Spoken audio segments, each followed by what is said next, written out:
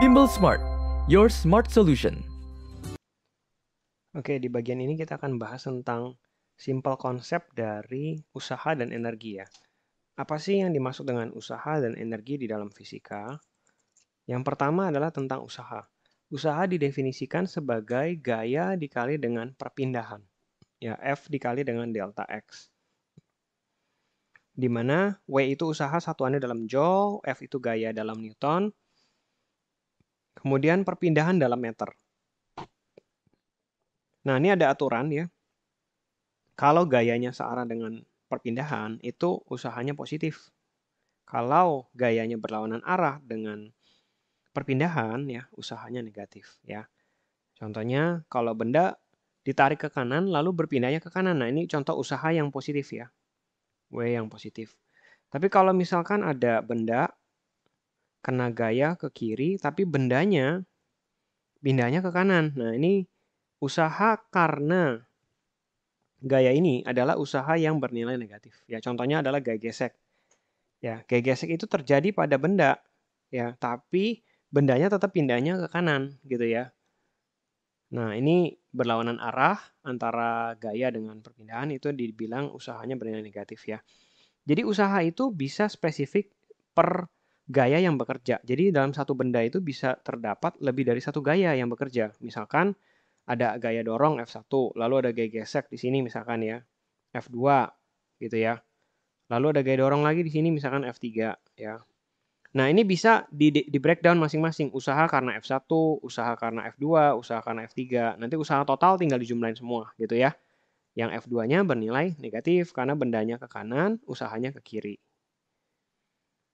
Nah, ini contoh ya. Kalau gayanya miring bagaimana? Ya, kita harus breakdown ke sumbu X dan sumbu Y.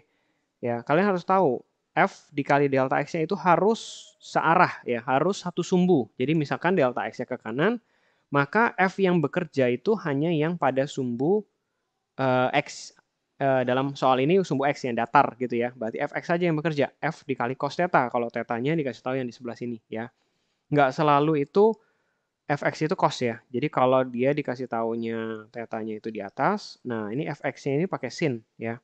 Jadi nggak selalu Fx itu F kali cos ya. Ini F kali sin theta gitu ya.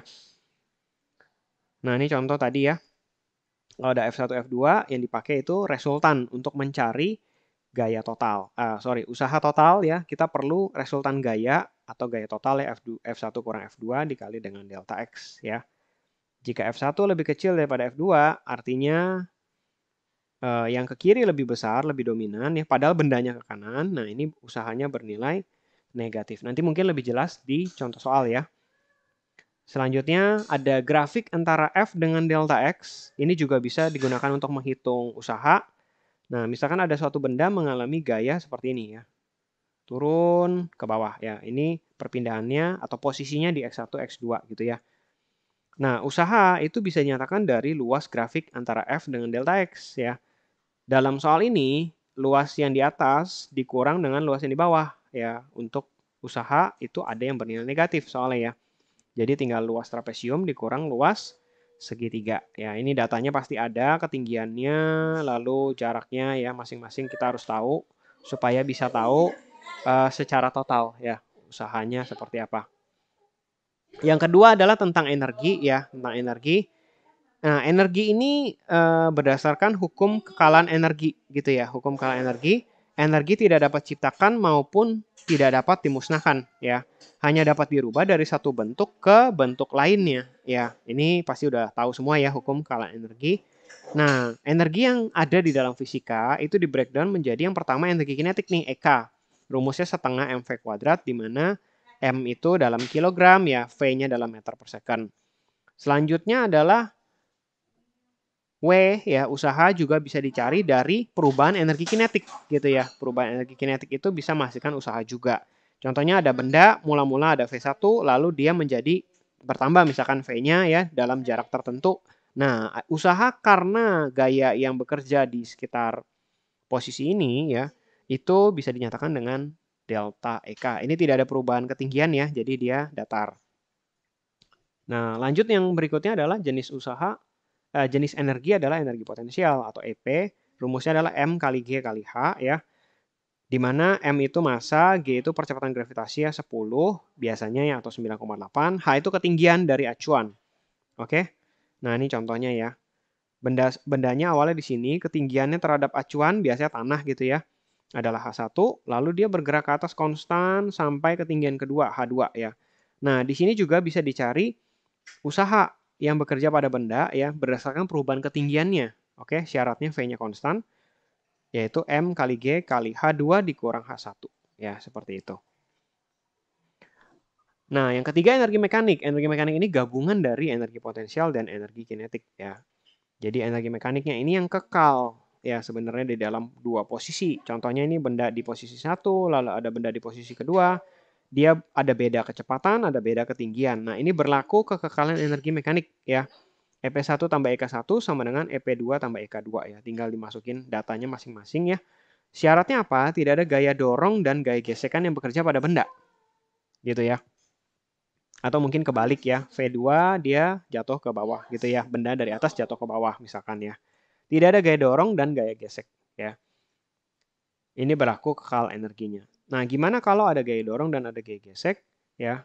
Itu kita sama dengankan W ya. W yang sama dengan delta EP tambah delta EK. Artinya ada energi selain energi potensial dan kinetik ya yang akan terlibat dalam proses tersebut. Contohnya adalah energi gesek. Gaya gesek itu kan kadang-kala menghasilkan kalor atau bunyi gitu ya. Seperti itu ya. Nanti mungkin lebih jelasnya di soal ya. Biasanya nih di benda yang ada gaya geseknya sih ya. Jadi di sini ke sini ada gaya gesekan yang bekerja gitu ya. Di sini kan ada W ya.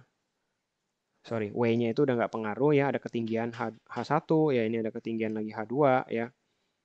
Lalu juga ada misalkan V1-nya 0 ya. Di sini ada V2-nya kecepatannya berapa ya. Ada gaya gesek. Nah, dia harus pakai W sama dengan delta EP tambah delta EK gitu ya. Yang keempat adalah daya. Daya ini sebenarnya adalah definisinya usaha dibagi dengan waktu ya, dibagi selang waktu. Daya itu satuannya watt, usaha itu dalam joule ya, T itu waktu dalam sekon. Nah, ini persamaannya ya, 1 joule per sekon itu adalah 1 watt atau 1 horsepower adalah sekitar 750 watt ya. Untuk mencari efisiensi digunakanlah daya ini ya, daya yang keluar dibagi daya yang masuk kali 100%, maka kita dapatlah efisiensinya dari benda tersebut. Oke, jadi rumus-rumusnya tentang usaha dan energi itu tidak banyak, cuman aplikasinya banyak ya. Kalian harus tahu konsepnya hukum Newton di sini ya, karena ini berhubungan dengan diagram gaya lagi ya. Kita harus menggambar gaya apa aja yang bekerja pada benda, kemudian kita analisa ya satu-satu ya. Vektor juga perlu ya, karena ada penguraian vektor di sini ya. Ya, usaha itu adalah besaran vektor, dia punya arah ya, bisa bernilai minus. Oke, nanti mungkin lebih jelas di pembahasan soal ya.